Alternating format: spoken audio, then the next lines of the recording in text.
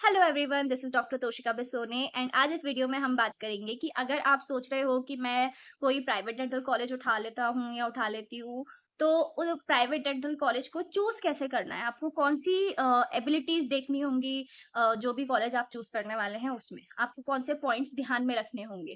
ठीक है, सो अगर प्राइवेट डेंटल कॉलेज आप चूज करना चाह रहे हैं तो सबसे पहले तो अपने पेरेंट्स से बात करो। पेरेंट्स से बात करके ये कंफर्म करो कि वो उतना अमाउंट अफोर्ड कर सकते हैं कि नहीं, कितना अमाउंट वो लोग अफोर्ड कर सकते हैं, क्योंकि अल्टीमेटली फीस आपके पेरेंट्स को ही देनी है ना। तो next thing which you have to do is to do a research. अब रिसर्च के कौन कौन से पॉइंट है, रिसर्च किस चीज के लिए कि कौन सा और प्राइवेट कॉलेज आपके लिए बेस्ट होना चाहिए।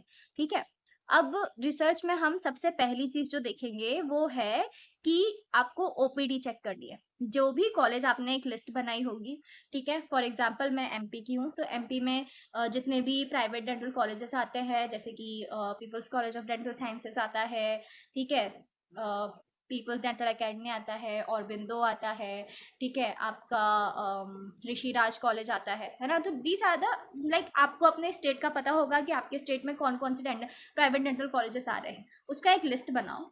एंड उसके बाद में सबसे पहली चीज आपको पता करनी है क्या कि वहाँ की ओपीडी कैसी है। ओपीडी यानी कि नंबर ऑफ पेशेंट्स कितने पर डे आ रहे हैं। ठीक है, अगर नंबर ऑफ केसेस 100 to 200 है then it's a good number. Okay, क्यों?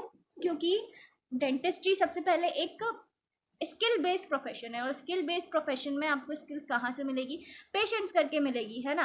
तो जिस डेंटल कॉलेज में, जिस डेंटल हॉस्पिटल में अच्छा ओपीडी आएगा वहीं पर आपको ज़्यादा से ज़्यादा सीखने को मिलेगा, और उसी कॉलेज में आपका स्किल सेट जो है वो बढ़ेगा। तो हमें सबसे पहली चीज़ क्या देखनी है, हमें सबसे पहली चीज़ देखनी है कि नंबर ऑफ पेशेंट्स कितने आ रहे हैं।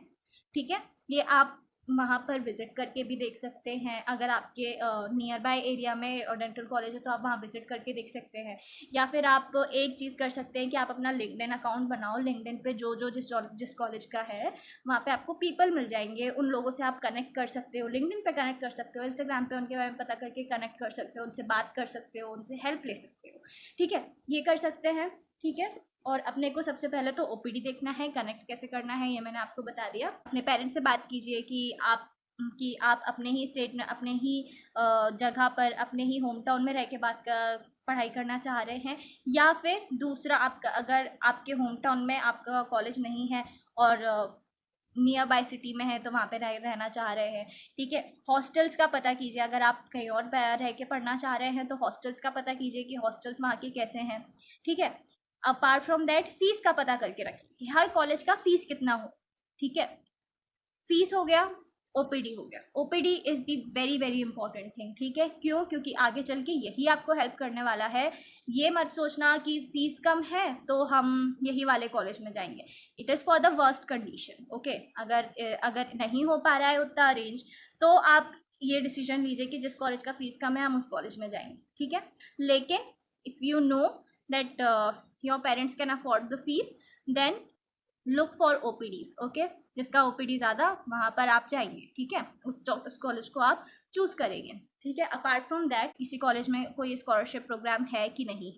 ठीक है, क्योंकि कई कॉलेजेस में होते हैं स्कॉलरशिप प्रोग्राम्स। कुछ स्कॉलरशिप्स होती है जो डेंटल वालों के लिए होती है, जैसे कोलगेट स्कॉलरशिप होता है, टाटा स्कॉलरशिप होता है, तो you can opt for that also. ठीक है, ये हो गया, स्कॉलरशिप्स हो गई, आपकी ओपीडीज हो गई, फीस हो गया। ठीक है, आप ये और चीज़ कर सकते हैं कि आपने जो कॉलेज चूज़ किया है वो ऑल इंडिया रैंकिंग के हिसाब से कहाँ स्टैंड कर रहा है ना। फॉर एग्जांपल कि प्राइवेट कॉलेजेस में आपने 2-3 कॉलेजेस का लिस्ट बनाया।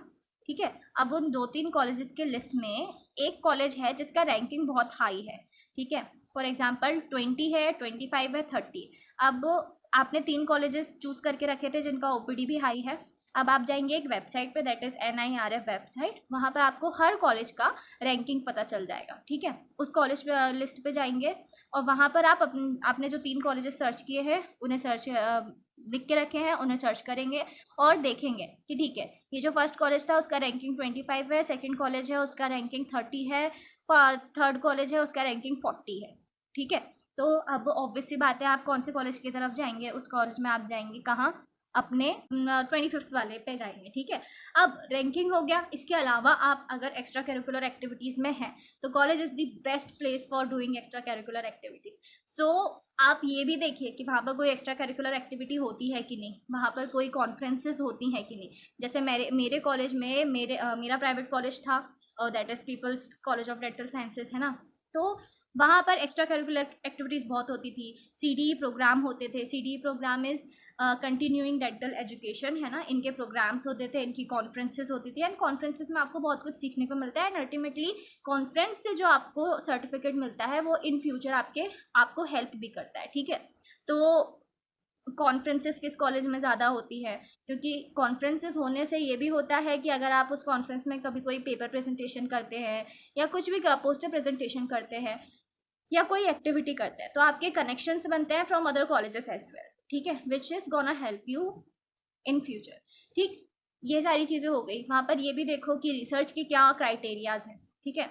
अगर ये है तो आप कॉलेज में विजिट करके ये भी पता कर सकते हैं कि उनका रिसर्च का क्या क्राइटेरिया है, क्योंकि आने वाले टाइम में आई पर्सनली थिंक कि आने वाले टाइम में रिसर्च का एरिया बहुत बढ़ने वाला है। तो आप ये भी देख सकते हैं।